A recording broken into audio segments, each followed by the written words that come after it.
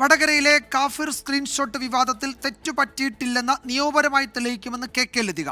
റിബേഷ് രാമകൃഷ്ണൻ അടക്കം ഇടതുപക്ഷത്തെ ഒരാൾക്കും സ്ക്രീൻഷോട്ട് വിഷയത്തിൽ പങ്കില്ല. സംസ്ഥാന സെക്രട്ടറി പറഞ്ഞതിനപ്പുറം ഒന്നും പറയാനില്ലെന്നും കെ ലതിക പ്രതികരിച്ചു.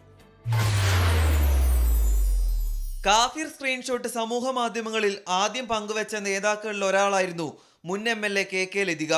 സംഭവം വിവാദമായപ്പോഴും പോസ്റ്റ് പിൻവലിക്കാൻ കെ ലതിക തയ്യാറായിരുന്നില്ല. ഇതിൽ തെറ്റുപറ്റിയിട്ടില്ലെന്ന് നിയമപരമായി തെളിയിക്കുമെന്ന് പറയുകയാണ് കെ ലതിക. റിബേഷ് രാമകൃഷ്ണന് മാത്രമല്ല പാർട്ടിക്കുള്ളിൽ ഒരാൾക്കും കാഫിർ വിഷയത്തിൽ പങ്കില്ലെന്നും കെ ലതിക. ഗോവിന്ദമാഷ് കൃത്യമായിട്ട് നിങ്ങളെ പത്രസമ്മേളനത്തിൽ പറഞ്ഞിട്ടുണ്ടല്ലോ. ആ പറഞ്ഞാലപ്പുറം എനിക്കൊന്നും പറയേണ്ട ആവശ്യമില്ലല്ലോ.